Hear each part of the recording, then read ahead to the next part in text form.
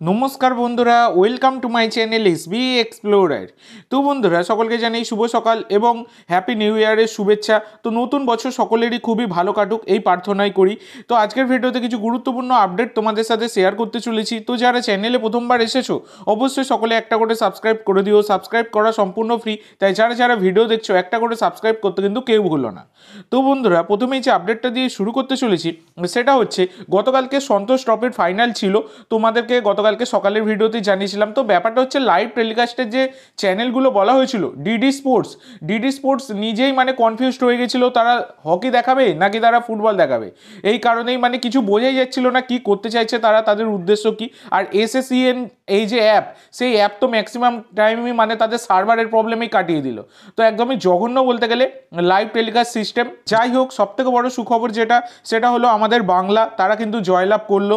তো বাংলা কিন্তু রবি হাসদার গোলে জয়লাভ করেছে, কেরালাকে হারিয়ে কিন্তু একটা ভালো প্রতিশোধ নিয়ে নিল বাংলা।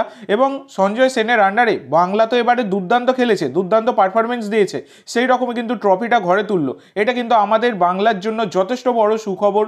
নতুন বছরের উপহার কিন্তু দিয়েছে আমাদেরকে বাংলা। তো ব্যাপারটা হচ্ছে বাংলার ফুটবল কিন্তু শেষ হয়ে যায়নি। যারা তোমরা বলো বাংলার ফুটবল শেষ, একদমই কিন্তু শেষ হয়ে যায়নি।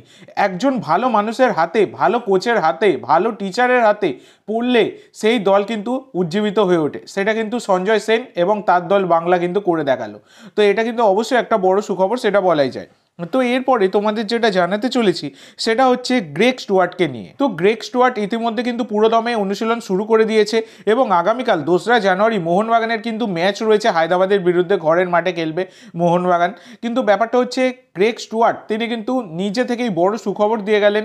তিনি কিন্তু গতকালকে জানিয়ে দিয়েছেন যে আমি প্রথম থেকেই খেলতে প্রস্তুত, আমি কিন্তু মাঠে নামার জন্য মুখিয়ে রয়েছি। তো দেখো, তিনি নিজে থেকে বললেও সম্ভাবনা প্রবল রয়েছে গ্রেগ স্টুয়ার্ট তাকে হয়তো ফার্স্ট 11-এ নাও রাখতে পারেন কোচ মলিনা, কারণ সদ্য যেহেতু চোট থেকে তিনি ফিরছেন এবং এরপরে কিন্তু অনেক গুরুত্বপূর্ণ ম্যাচ রয়েছে, সেহেতু কিন্তু তাকে সেকেন্ড হাফে বা লাস্টের দিকে কিছুটা সময় তাকে কিন্তু ইউজ করতে পারেন কোচ মলিনা।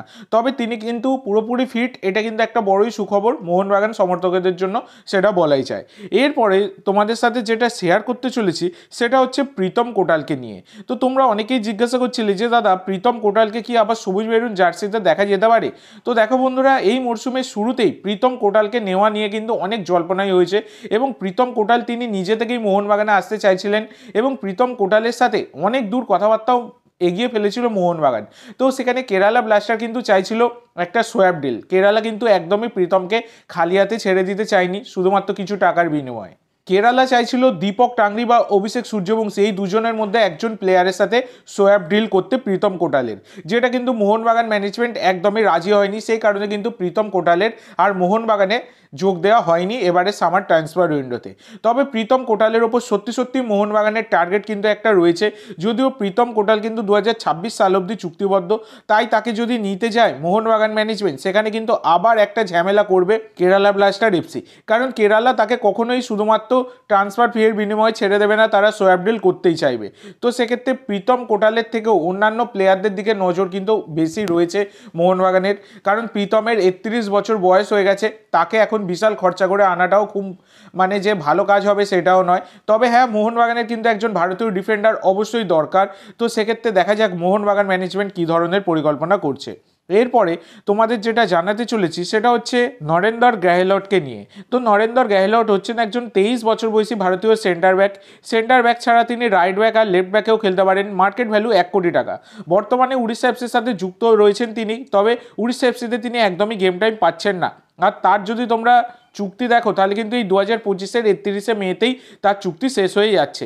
তো এই নরেন্দর গেহলটকে কিন্তু নিতে চাইছে কেরালা ব্লাস্টার এফসি এবং উড়িষ্যা এফসি সম্ভবত তাকে সেল করেও দিতে পারে, কারণ সামনের সিজনে তাকে ছাড়তে গেলে পুরোপুরি ফ্রিতে ছেড়ে দিতে হবে। সেক্ষেত্রে এবারে কিন্তু একটা ট্রান্সফার ফি এর বিনিময়ে তাকে কিন্তু এই নরেন্দর গেহলটকে সেল করেও দিতে পারে। তো দেখা যাক, পরবর্তীকালে কোনো রকমের আপডেট পেলে এই বিষয়ে আমি তোমাদের সাথে শেয়ার করে দেবো। তো আজকের জন্য এইটুকু বন্ধুরা, ভিডিওটি ভালো লাগলে অবশ্যই লাইক করো, শেয়ার করো।